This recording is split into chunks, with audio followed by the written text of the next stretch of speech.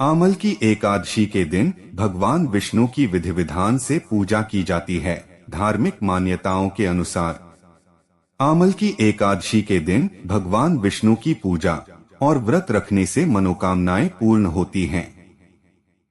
शास्त्रों में भी आमल की एकादशी का महत्व वर्णित है। यह एकादशी होली से पहले आती है। मान्यता है कि इस व्रत के प्रभाव से व्यक्ति के सभी दुख दूर हो जाते हैं। आमल की एकादशी व्रत कथा। धर्मराज युधिष्ठिर बोले, हे जनार्दन, आपने फाल्गुन के कृष्ण पक्ष की विजया एकादशी का सुंदर वर्णन करते हुए सुनाया। अब आप फाल्गुन मास के शुक्ल पक्ष की एकादशी का क्या नाम है तथा उसकी विधि क्या है, कृपा करके आप मुझे बताइए। श्री भगवान बोले, हे राजन, फाल्गुन मास के शुक्ल पक्ष की एकादशी का नाम आमल की एकादशी है।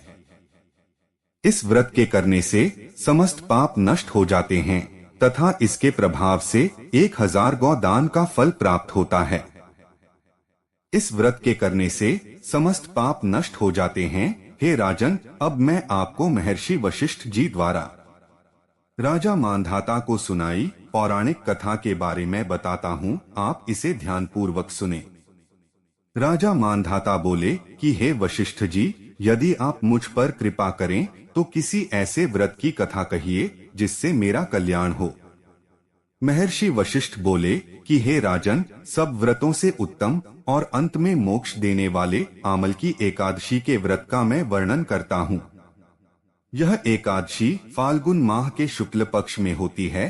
एक वैदिश नाम का नगर था जिसमें ब्राह्मण, क्षत्रिय, वैश्य और शूद्र चारों वर्ण आनंद सहित रहते थे। उस नगर में सदैव वेद ध्वनि गूंजा करती थी तथा पापी, दुराचारी तथा नास्तिक उस नगर में कोई नहीं था। उस नगर में चैत्रथ नाम का चंद्रवंशी राजा राज्य करता था।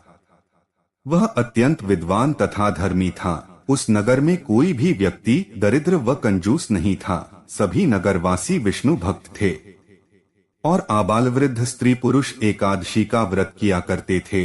एक समय फाल्गुन मास के शुक्ल पक्ष की आमल की एकादशी आई। उस दिन राजा, प्रजा तथा बालवृद्ध सबने हर्ष पूर्वक व्रत किया।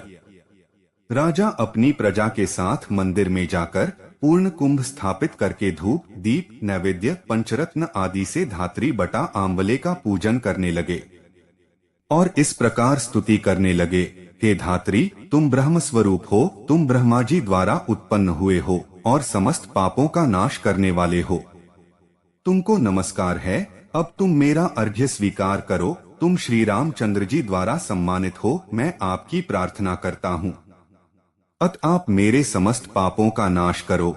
उस मंदिर में सबने रात्रि को जागरण किया। रात के समय वहाँ एक बहेलिया आया जो अत्यंत पापी और दुराचारी था। वह अपने कुटुंब का पालन जीव हत्या करके किया करता था।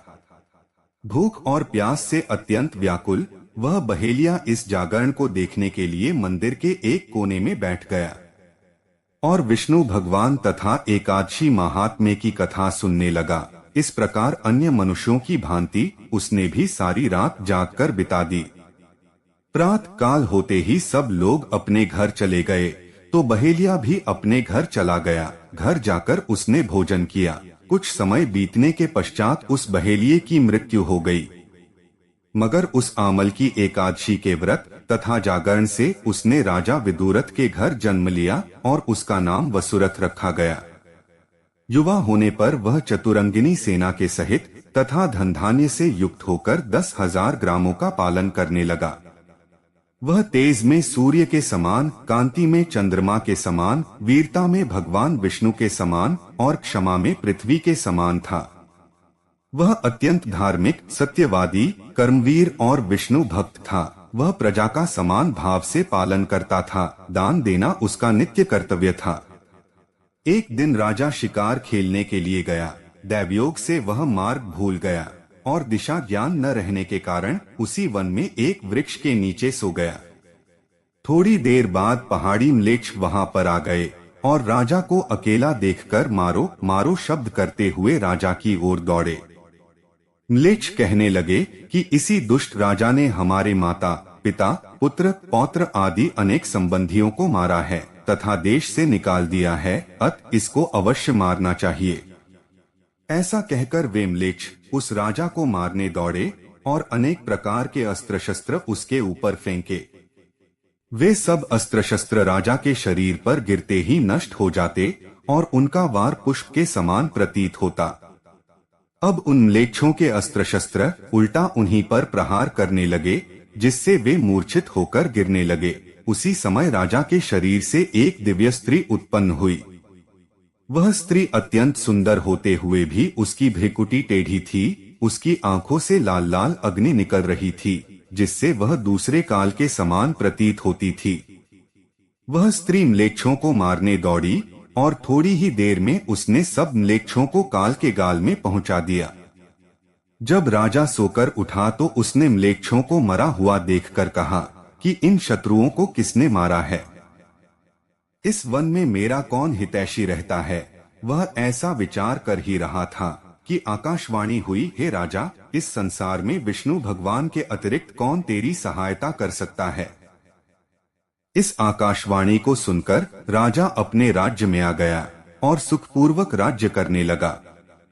महर्षि वशिष्ठ बोले कि हे राजन, यह आमल की एकादशी के व्रत का प्रभाव था। जो मनुष्य इस आमल की एकादशी का व्रत करते हैं, वे प्रत्येक कार्य में सफल होते हैं और अंत में विष्णुलोक को जाते हैं। दोस्तों, वीडियो पसंद आई हो तो लाइक और शेयर करें। ऐसी ही और धार्मिक और पौराणिक जानकारी के लिए हमारे चैनल को सब्सक्राइब करें। जय श्री नारायण।